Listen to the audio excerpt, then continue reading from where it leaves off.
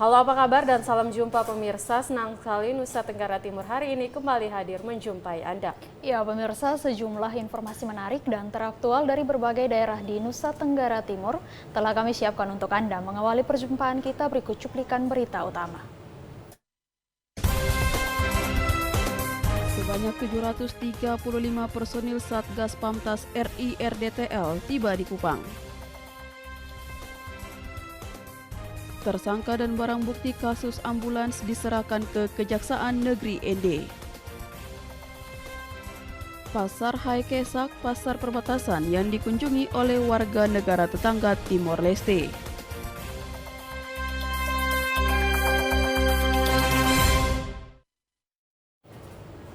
Ya pemirsa, cuplikan berita utama tadi akan kami rangkai dengan sejumlah informasi menarik lainnya.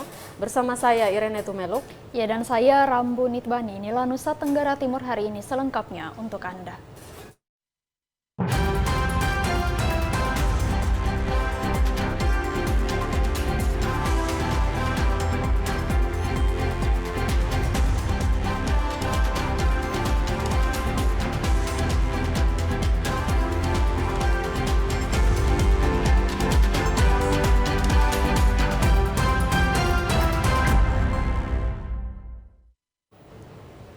Ya pemirsa, kita awali berita hari ini dari Kota Kupang.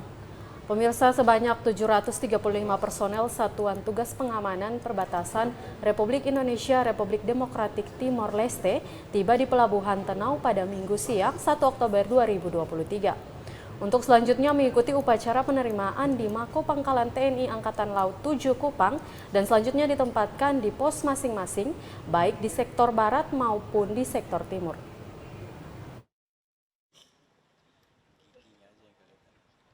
Personil Satgas Pamtas RI RDTL dari Satuan TNI Angkatan Darat yang terdiri dari Satgas Pur Yonif 742 Satya Wirayuda, Yonkaf 6 Naga Karimata, Satgas Intel, dan Satgas Bantuan yang akan bertugas selama 1 tahun di perbatasan tiba di Pelabuhan Tenau pada Minggu siang 1 Oktober 2023.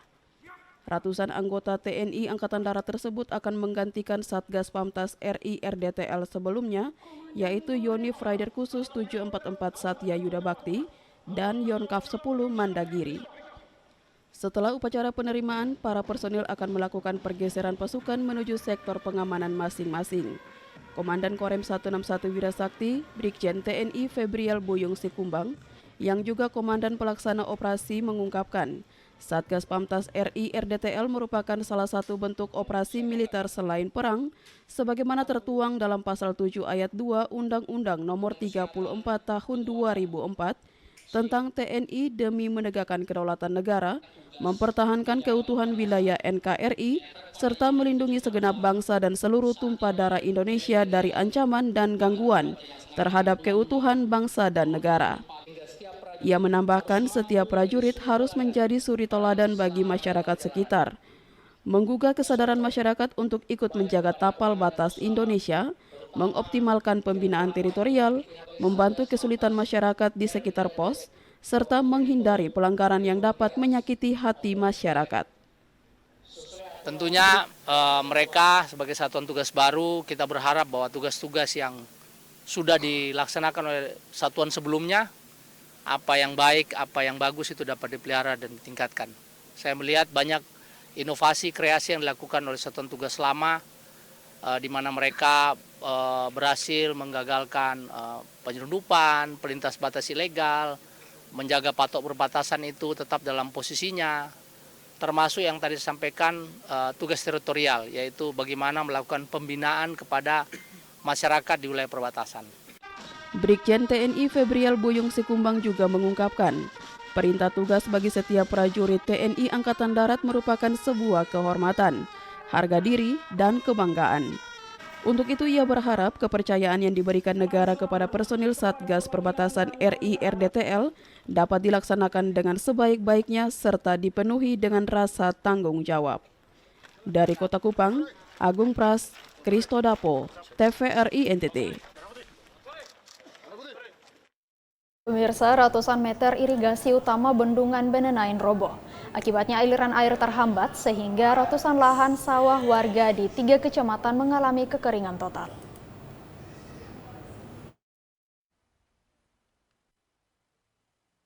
Diperkirakan ratusan meter saluran irigasi utama bendungan Benenain roboh total sehingga menyebabkan terhambatnya aliran air ke lahan sawah warga di 3 kecamatan, yakni Kecamatan Malaka Barat, Weliman, dan Malaka Tengah. Robohnya saluran utama diakibatkan karena longsor. Hingga saat ini, Dinas Pekerjaan Umum Kabupaten Malaka melalui bidang pengairan dan irigasi melakukan tindakan sementara dengan membentangkan karpet hitam agar memperlancar aliran air. Namun, langkah ini belum dapat mengatasi persoalan. Kerusakan irigasi utama bendungan Benenain merugikan lahan sawah warga pada musim tanam kedua karena mengalami kekeringan total. Saturnino Amaral, salah seorang warga, mengatakan lahan persawahan miliknya kurang lebih 1 hektar mengalami kekeringan akibat kurangnya air. Untuk mengatasi persoalan ini, dirinya menggunakan mesin pompa air untuk menyedot air dari sumur bor agar dapat mengairi persawahan miliknya. Saya mau bekerja, tapi hanya pemerintah tolong perhatikan air ini saja. Sebenarnya orang mau kerja ini banyak, cuma masalah besar itu air. Bapak mulai ini kapan? Mulai dengan sumur bor air? Bor air ini kan sumur orang punya, karena menunggu air tidak datang, akhirnya terpaksa kami sedot. Ini sumur ini orang punya.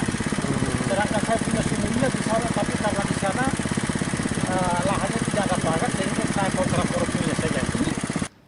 Pihaknya berharap pemerintah daerah melalui dinas teknis dapat merespon secara cepat dengan memperbaiki saluran utama tersebut, sehingga masyarakat khususnya para petani di 3 kecamatan dapat memanfaatkan air dari bendungan untuk mengolah lahan sawah pada musim tanam kedua tahun ini. Dari Kabupaten Malaka, Yosman Seran, TVRI NTT. Masih dari Malaka, pemirsa, 127 kepala desa di Kabupaten Malaka melakukan gerakan tanam simbolis anakan mangrove di pesisir pantai Desa Kletek, Kecamatan Malaka Tengah.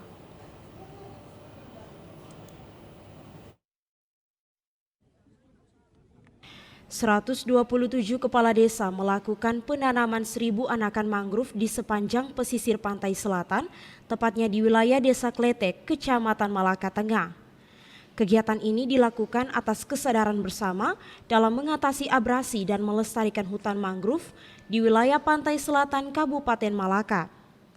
1.000 anakan mangrove ditanam di pesisir pantai demi melindungi masyarakat yang tinggal di sepanjang pesisir pantai selatan dari abrasi.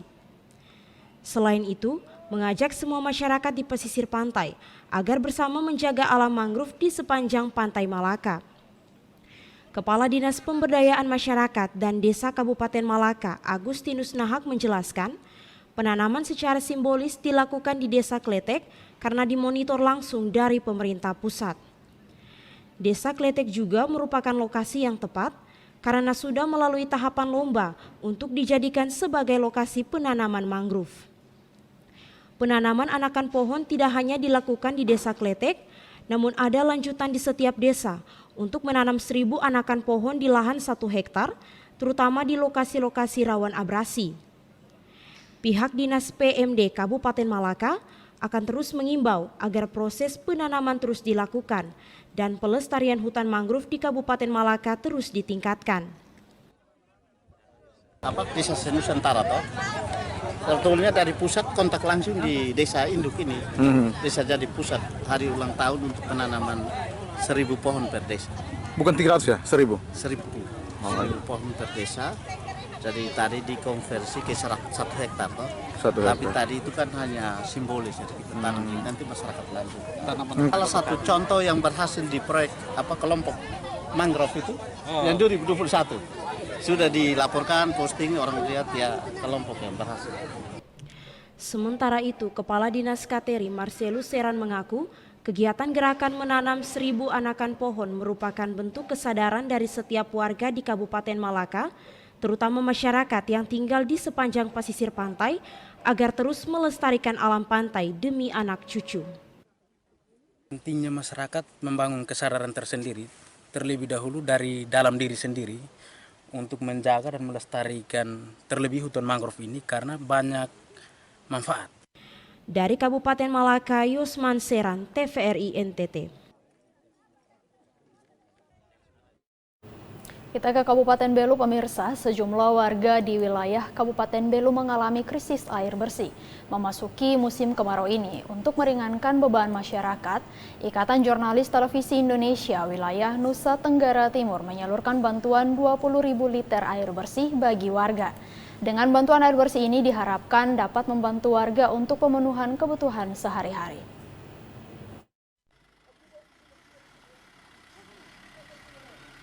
Krisis air bersih saat ini masih dirasakan oleh sejumlah warga di wilayah Kabupaten Belu, salah satunya yakni di Dusun Leolaran, Kecamatan Tasifeto Timur. Karena sumber mata air yang sudah mengering, warga kesulitan untuk mendapatkan air bersih bagi kebutuhan hidup sehari-hari. Hal inilah yang menggerakkan sejumlah wartawan televisi yang tergabung dalam Ikatan Jurnalis Televisi Indonesia, Pemda Nusa Tenggara Timur, untuk membantu meringankan beban masyarakat dengan menyalurkan bantuan 20.000 liter air bersih. Penyaluran air bersih ini dilakukan dengan mengisi sejumlah bak penampung pribadi serta bak penampung umum yang digunakan oleh beberapa kepala keluarga. Sejumlah warga mengatakan kini sumber air di mata air sudah mulai berkurang sehingga warga mulai kesulitan air bersih. Mereka juga terpaksa membeli air bersih dengan cara patungan 3 hingga 4 keluarga untuk diisi di satu bak penampung dengan harga Rp100.000 per tangki.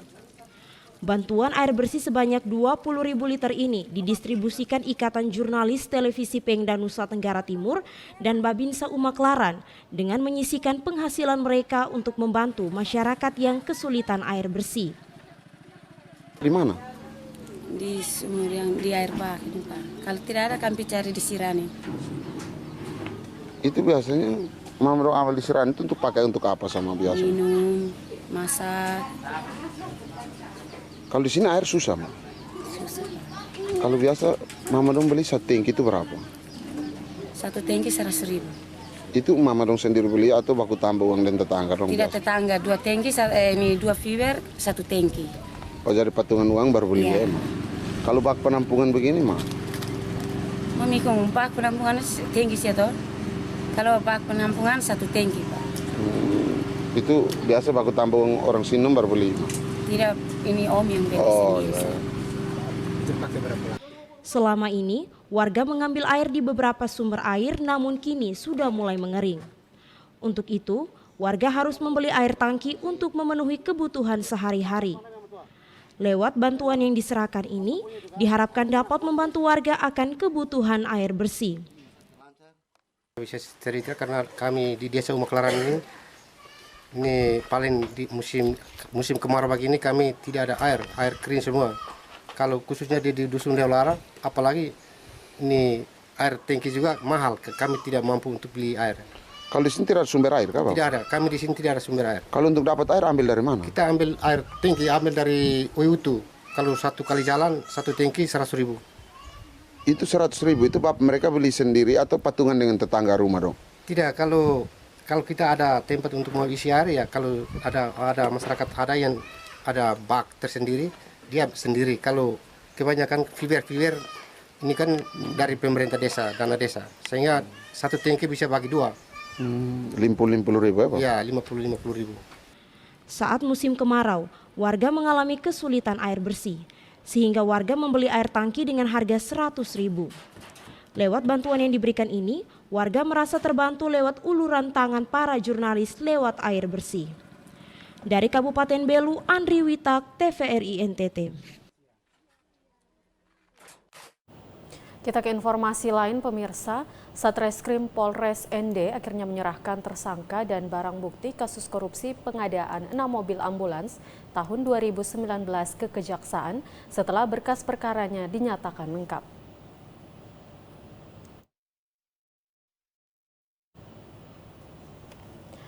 Kasus korupsi pengadaan 6 mobil ambulans di Dinas Kesehatan melalui dana DAU dan DAK tahun anggaran 2019 sebanyak 6 buah akhirnya memasuki tahap 2 setelah berkas perkaranya dinyatakan lengkap.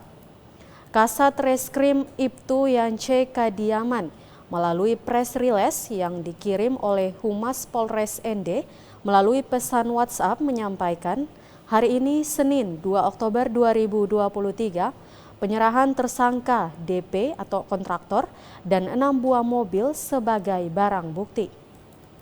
Sedangkan 2 tersangka lainnya yakni VK atau pejabat pengguna anggaran serta IGS atau pejabat pembuat komitmen masih dalam proses penelitian JPU.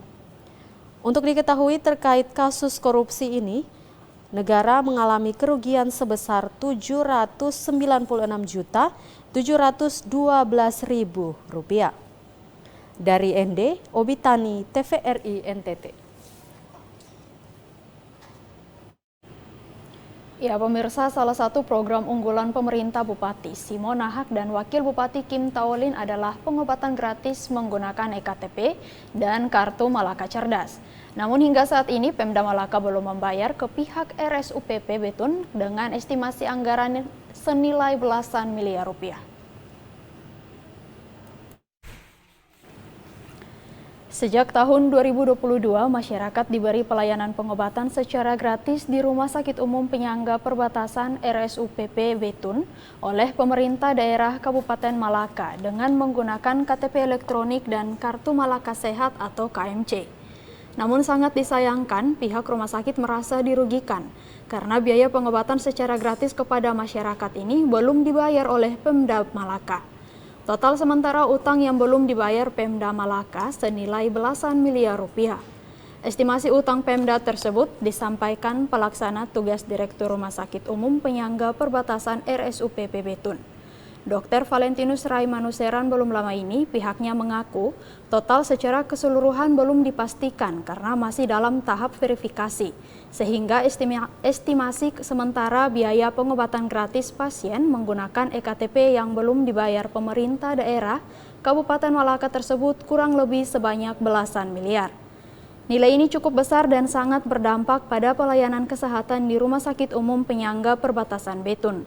Utang yang belum dibayar tersebut terhitung sejak Januari 2022 hingga pertengahan tahun 2023.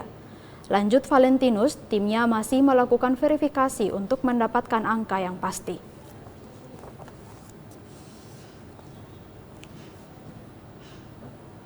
Isu-isu tentang KTP oleh Pemda memang benar belum ada pembayaran dari tahun 2022 hingga sekarang. Terus terkait jumlahnya yang diberitakan itu sebenarnya jumlahnya masih belum bisa dipastikan karena harus melalui tahap verifikasi dulu. Nah, setelah tahap verifikasi oleh Dinas Kesehatan, oleh bagian verifikator, itu baru bisa tahu sesuai dengan berita acara. Itu baru bisa tahu bahwa ada berapa besar utangnya. Nah, untuk besar utang sendiri dia dasarnya dari situ. Estimasinya itu pasti dia besarannya belasan M juga ya bisa, cuman untuk secara pastinya saya belum bisa pastikan karena harus mulai tahap verifikasi dulu baru bisa ada nilainya. Dari Kabupaten Malaka, Yosman Seran, TVRI NTT.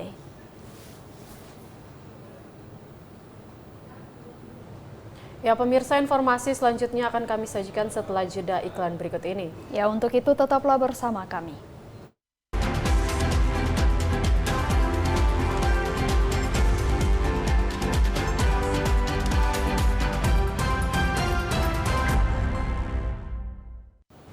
Ya, Anda masih bersama kami di Nusa Tenggara Timur hari ini.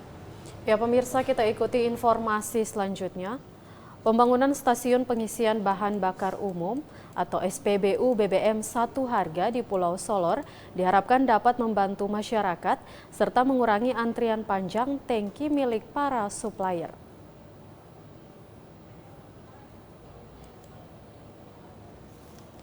Pertamina kembali memfasilitasi berdirinya lembaga penyalur BBM Satu Harga di wilayah Pulau Solor, Kabupaten Flores Timur, melalui kebijakan pembangunan 1 unit SPBU baru di Desa Lewonama, Kecamatan Solor Barat. Pantauan TVRI di lokasi, pembangunan SPBU secara fisik, kegiatannya telah mencapai 70-an%. Masih menunggu penyelesaian kegiatan pendukung lainnya, sehingga ditargetkan kegiatan pengoperasian dan pelayanan bagi masyarakat di wilayah Pulau Solor secepatnya dilakukan.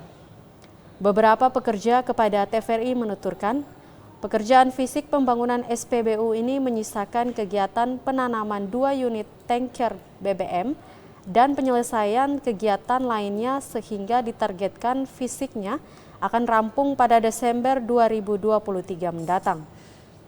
Pembangunan SPBU BBM satu harga di Pulau Solor ini diharapkan membantu masyarakat sekaligus mengurangi antrian panjang tangki milik para supplier dari Pulau Solor yang antri di beberapa SPBU di Kota Larantuka, sekaligus sebagai wujud sinergitas masyarakat dalam mendukung program pemerintah untuk berkomitmen dan mewujudkan keadilan energi, keadilan sosial bagi masyarakat Indonesia, khususnya bagi masyarakat sepulau Solor.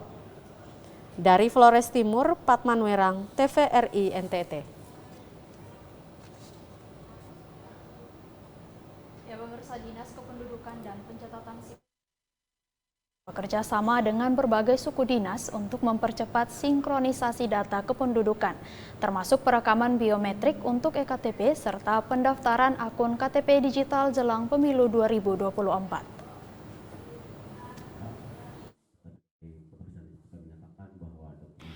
Kadis Dukcapil Flores Timur, Cipto Kerai kepada TVRI menjelaskan, aksi jemput bola pelayanan data kependudukan masyarakat terus dilakukan guna mempercepat sinkronisasi data kependudukan. Ini merupakan interpretasi Disdukcapil setempat sejalan dengan amanat regulasi terkait Permendagri nomor 72 tahun 2022 yang salah satu isinya menyebutkan setiap penduduk yang wajib memiliki EKTP fisik dapat memiliki identitas kependudukan digital. Selain itu, sekaligus sebagai upaya sinkronisasi data kependudukan, juga untuk mendukung jalannya pemilu yang akan berlangsung pada 14 Februari 2024 dan pemenuhan akan hak politik masyarakat. Adapun pelaksanaan identitas kependudukan dilakukan secara bertahap dengan mempertimbangkan penerapan Sistem Informasi Administrasi Kependudukan atau SIAK di Kabupaten Flores Timur. Jadi langkah-langkah strategis itu seperti yang saya sudah sampaikan bahwa kita pakai strategi atau inovasi jemput bola. Karena pemilih pemula ini adalah mereka yang saat ini duduk di bangku SMA, SMK atau sederajat itu jumlahnya 52 SMA, SMK atau sederajat dan tinggal 6 yang belum kita datangi. Kita sudah datangi semua. Jika mereka tidak ditemukan di situ, kita akan ke desa-desa. Membangun komunikasi dan desa, meminta desa bahwa jika ada penduduk yang masih belum melakukan perekaman KTP, segera disampaikan untuk kami akan mendatangi desa tersebut untuk memberikan pelayanan. Secara data, merujuk pada data KPU Flores Timur, jumlah penduduk Kabupaten Flores Timur sebanyak 287.315 jiwa. Dari data ini, ada 19.710 pemilih yang tidak diketahui keberadaannya. Hasil penelusuran KPU setempat yang terbagi dalam 4 kategorial antara lain pemilih pemula 7.996 orang, penduduk yang tidak diketahui keberadaannya sebanyak 10.516 orang, penduduk yang memiliki EKTP namun dalam kondisi rusak atau hilang sebanyak 1.102 orang, penduduk yang pindah domisili namun belum memperbaharui data administrasi kependudukannya sebanyak 96 penduduk. Dari Flores Timur, Patman Werang, TVRI NTT.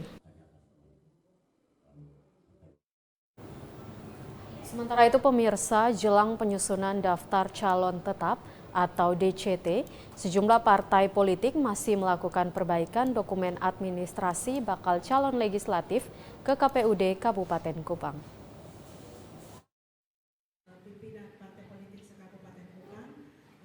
Pasca penetapan daftar calon sementara atau DCS dan pengumuman, tahapan pemilu 2024 kini memasuki tahapan pencermatan atas daftar calon sementara. Adapun dalam masa pencermatan ini, sejumlah partai politik masih melakukan perbaikan bakal calon legislatif dan pendaftaran calon legislatif pengganti yang mengundurkan diri. Terkait hal tersebut, Ketua KPUD Kabupaten Kupang, Eliezer Lomirihi secara lisan mengatakan, setelah pengumuman daftar pemilih sementara dan tanggapan dari masyarakat, tahapan selanjutnya yang dilakukan oleh KPUD Kabupaten Kupang adalah masa pencermatan. Di mana selama masa pencermatan, sejumlah partai politik melakukan perbaikan administrasi hingga pergantian calon legislatif. Hal ini dilakukan karena ada calon legislatif yang dokumennya belum lengkap, seperti surat pengunduran diri dari tempat bekerja hingga penyampaian dokumen administrasi bakal calon legislatif pengganti. Adapun masa pencermatan dan perbaikan dokumen bakal calon legislatif akan berakhir pada tanggal 3 Oktober 2023 mendatang. Dan hingga tanggal 2 Oktober 2023, baru 4 partai yang melakukan perbaikan dan mendaftarkan bakal calon legislatif pengganti, baik itu melalui aplikasi Silo maupun penyerahan langsung dokumen bakal calon legislatif ke KPUD Kabupaten Kupang. Ditambahkan, setelah masa pencermatan, tahapan selanjutnya adalah penyusunan daftar calon tetap yang akan dilakukan dari tanggal 4 Oktober hingga 2 November 2023 mendatang. Selanjutnya akan dilakukan penetapan dan pengumuman daftar calon tetap atau DCT pada 3 November 2023 mendatang. Dari Kabupaten Kupang, Kris Poto, TVRI NTT.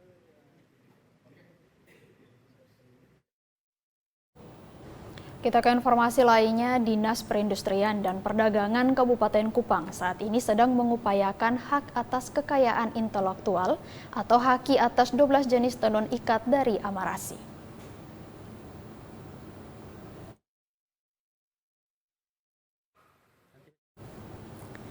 Tenun ikat Amarasi merupakan jenis tenun di Kabupaten Kupang yang saat ini banyak diminati.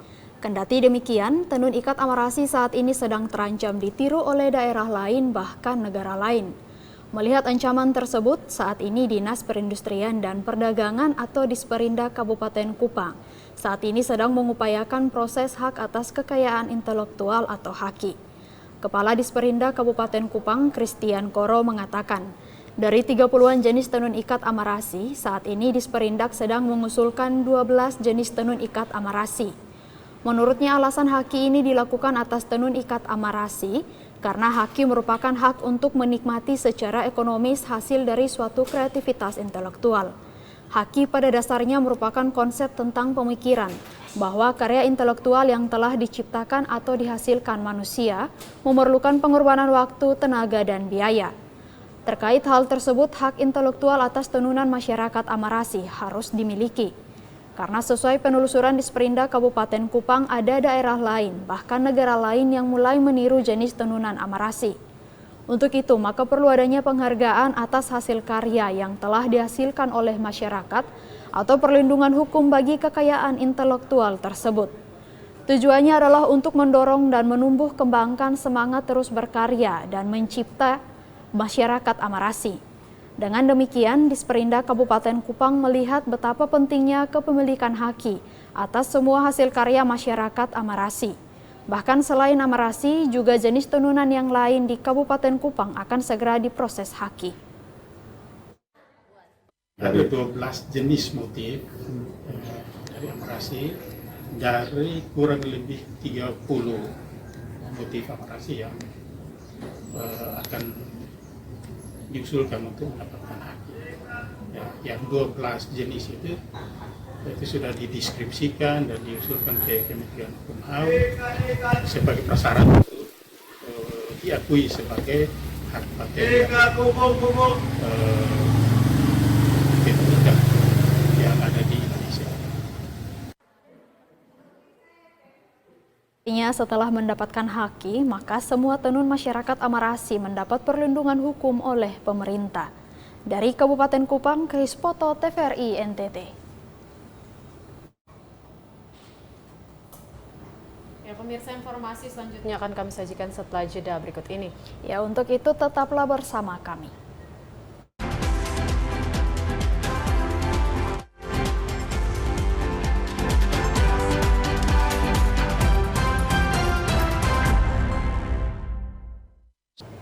Ya, terima kasih Anda masih bersama kami. Pemirsa, wilayah Amarasi di Kabupaten Kupang kaya akan motif tenun ikat. Setidaknya memiliki 30-an motif. Dari jumlah tersebut, baru 12 yang didaftar untuk mendapatkan hak paten, sementara sisanya belum. Pemerintah Kabupaten Kupang menargetkan akan mendaftarkan seluruh motif kain tenun ikat agar tidak ditiru.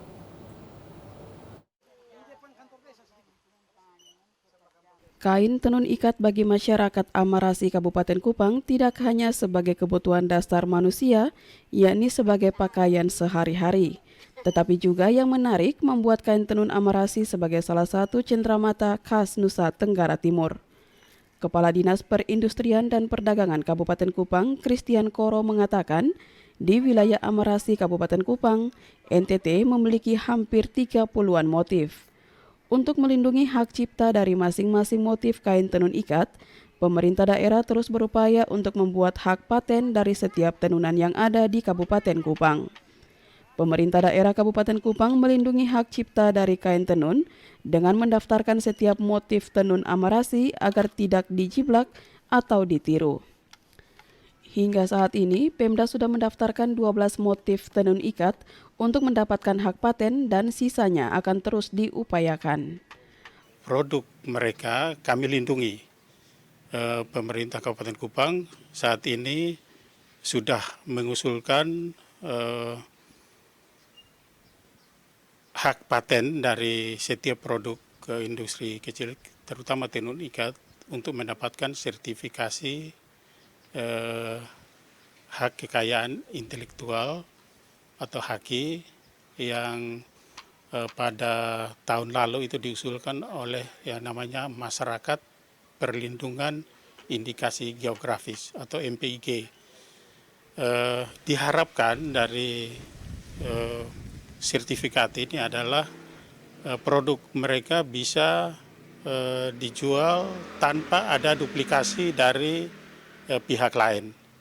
Pengakuan terhadap karya kekayaan intelektual asal Kabupaten Kupang, terutama tenun ikat, yang merupakan warisan budaya secara turun-temurun terus dijaga, dipelihara, dan dilestarikan oleh masyarakat. Salah satunya dengan mendaftarkan hak paten agar tidak dijiplak atau ditiru. Angel Ratu, Rio Jogo, TVRI NTT.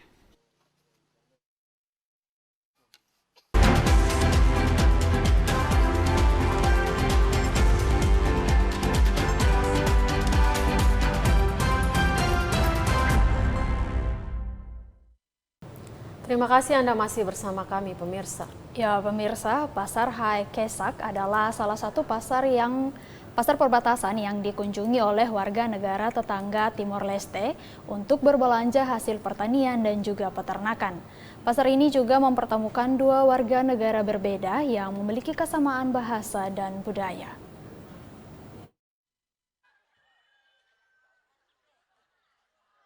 Seperti inilah suasana pagi di Pasar Hai Kesak, Desa Manumutin, Kecamatan Raihat, Kabupaten Belu. Pasar ini letaknya tidak jauh dari perbatasan RI RDTL. Biasanya, warga yang berjualan di sini berasal dari desa-desa sekitar Hai Kesak. Namun warga yang berbelanja ada juga yang berasal dari negara tetangga. Komoditas yang dijual umumnya hasil pertanian dan peternakan. Hortikultura tampaknya mendominasi Pasar Hai Kesak, seperti labu Jepang dari desa Dualasi, tomat, cabai, labu, terung, ubi kayu, daun sirih, dan sebagainya. Ada pula ikan, ayam, dan tenunan khas desa-desa di Kabupaten Belu. Jasa tukar mata uang juga bisa ditemukan di pasar ini. Tujuannya untuk menyiapkan mata uang yang bisa ditukarkan untuk dapat digunakan saat bertransaksi di pasar. Pasar Hai Kesak biasanya diselenggarakan pada hari Rabu. Sejak subuh, pasar biasanya sudah mulai ramai oleh warga desa yang membawa hasil pertaniannya. Mereka kemudian menjualnya kepada pedagang pengepul dan dari pedagang pengepulah dijualkan kepada para pembeli. Sedangkan warga Timor Leste yang berbelanja biasanya datang sekitar pukul 7 pagi. Pasar akan berakhir sekitar pukul 9 pagi. Tim Liputan TVRI NTT.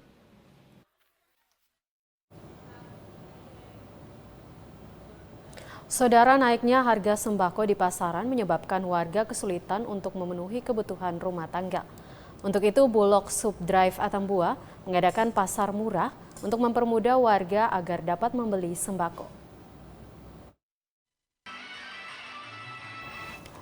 Kenaikan harga sejumlah kebutuhan pokok di pasar berdampak pada daya beli masyarakat dalam pemenuhan kebutuhan sehari-hari.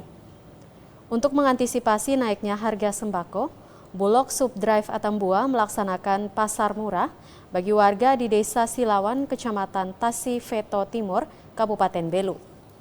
Pasar murah ini digelar guna membantu warga untuk mendapatkan kebutuhan sembako dengan harga yang murah. Pasar murah ini menjual berbagai macam kebutuhan sembako seperti beras, minyak goreng, serta gula pasir dengan harga terjangkau. Untuk harga beras dengan ukuran 5 kg dijual dengan harga Rp45.000, minyak goreng per 1 liter dengan harga Rp14.000, serta gula pasir 1 kg dengan harga Rp14.500. Kehadiran pasar murah ini diserbu oleh masyarakat Desa Silawan karena sembako yang dijual memiliki harga murah jika dibandingkan dengan harga di pasaran. Oleh karena itu, banyak warga yang datang untuk membeli kebutuhan sembako ini. Untuk itu, warga berharap agar pasar murah ini terus dilaksanakan untuk mendapatkan sembako dengan harga murah, terutama bagi warga yang tinggal di wilayah perbatasan Indonesia Timor Leste. Pasar murah ini dirasakan membantu masyarakat di saat harga sembako naik. Berbagai kebutuhan pun bisa didapat dengan harga terjangkau. Warga berharap agar pasar murah ini terus dilaksanakan. Namanya pasar murah ini membantu Mama sebagai masyarakat, betul tidak? Iya, membantu kita sebagai masyarakat. Lebih bersyukur kalau kita karena di pasar kita sekarang kan beras satu kan 15.000. Jadi kita datang di sini dan beli harganya kalau di pasar kan ini 17.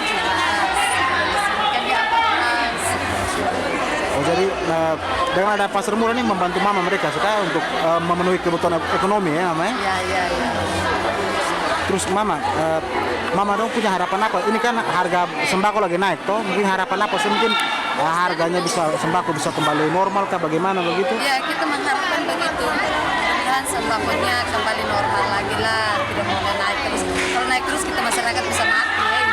Jadi di Kabupaten Belu sekarang ini kita sementara melakukan penyaluran beras mitra-mitra untuk SPAP. Rencana di sini kita buka lagi ini karena tidak ada kemasan sudah tiba, sementara kita kemas lagi untuk kemasan 5 kita jual lagi ke mitra-mitra. Rencana minggu depan boleh kita jual sama di gudang sementara mempersiapkan barang. Pasar murah yang digelar ini dilakukan untuk membantu warga mendapatkan kebutuhan sembako dengan harga yang terjangkau. Untuk pelaksanaan pasar murah ini akan dilakukan pada beberapa titik sehingga bisa membantu warga untuk mendapatkan sembako dengan harga murah.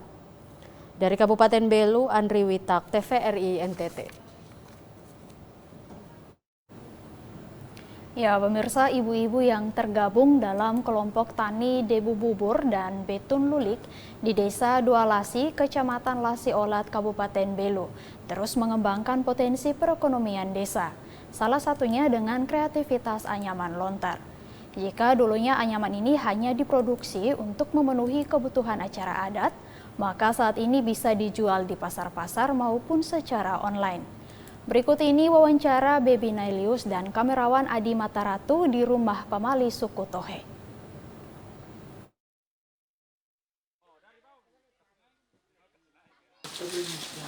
Saudara, saat ini kami berada di rumah pamali Tohe, sebuah rumah adat suku Tohe di Desa Dualasi, Kecamatan Lasiolat, Kabupaten Belu. Dan saat ini saya berada di tengah-tengah mama-mama. Dan di samping kiri saya ada Mama Ella. Beliau adalah salah satu ketua kelompok tani yang ada di Desa Dualasi. Nah, kami akan bertanya, ini pengerjaan ini salah satu dari kerajinan tangan yang bisa dihasilkan dan juga memberi dampak pada perekonomian masyarakat di Desa Dualasi ini. Mama Ella, ya. Mama Ella ada anyam apa itu? Ada anyam tempat siri. Ini terbuat dari daun lontar ya. Untuk bikin tempat siri seperti Mama bikin ini berapa lama baru bisa jadi? 1 hari. 1 hari sudah jadi.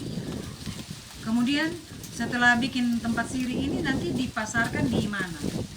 Di pasar. Dulunya itu kami tidak ke pasar. Kami anyam ini untuk acara adat. Dengan sekarang semua butuh, makanya kami bawa jual ke pasar.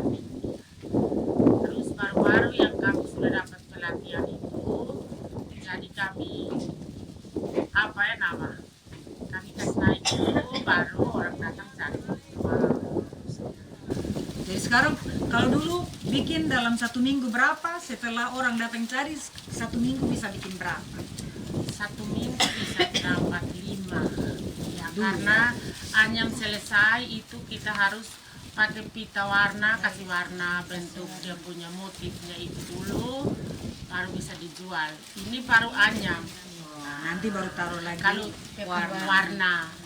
Karena kita anyam 1 hari dia selesai, tetapi sampai dia kita pakai pita untuk bikin dia punya motif itu kan berbagai macam.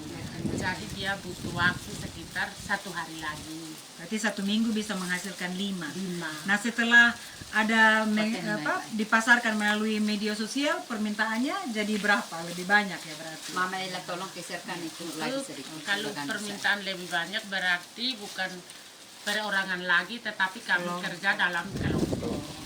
Tapi tentu memberi dampak yang lebih baik, Mama. Kenipi. Kenipi itu apa, Mama? Obat. Tempat siri. Tempat siri. Oh ya. Dan itu berapa? 1 hari juga jadi? Aduh, luar biasa. 1 hari bisa 5. Kalau ini untuk tutupan gelas. Kalau kita isi kopi, tutup gelas. Tutup gelas. Kalau ini buat anak makan. Ini untuk tempat siri kita. Pak Padong datang, Bapak Bupati datang, kita harus silakan dengan ini. Ini harus ada. Ini. Kenipi ini taruh di dalam anak makan. Wah, luar biasa. Tidak ada berarti kita tidak terong. Baik, dan saudara, saya dan Eta Krismayanti kami beruntung bisa mendapatkan pengalaman ini. Dan mudah-mudahan semakin mendongkrak perekonomian dari mama-mama, khususnya dan umumnya masyarakat yang ada di Desa Dua Lasi, Kecamatan Lasiolan, Kabupaten Belu, Nusa Tenggara Timur, yang letaknya tidak jauh dari perbatasan Indonesia dan Timor Leste. Maju terus ekonomi masyarakat desa.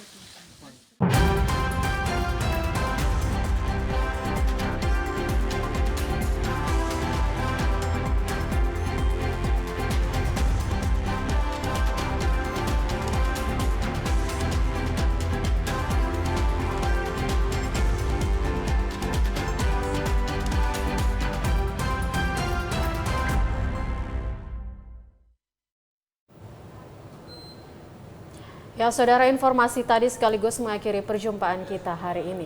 Ya, terus saksikan Nusa Tenggara Timur hari ini yang menyajikan informasi secara santun, lugas, dan berimbang hanya di TVRI NTT Media Pemersatu Bangsa. Akhir kata, saya Rambu Nitbani. Ya, dan saya Irene Tumeluk mewakili seluruh kerabat kerja yang bertugas mengucapkan terima kasih atas kebersamaan Anda. Selamat melanjutkan aktivitas Anda dan sampai jumpa.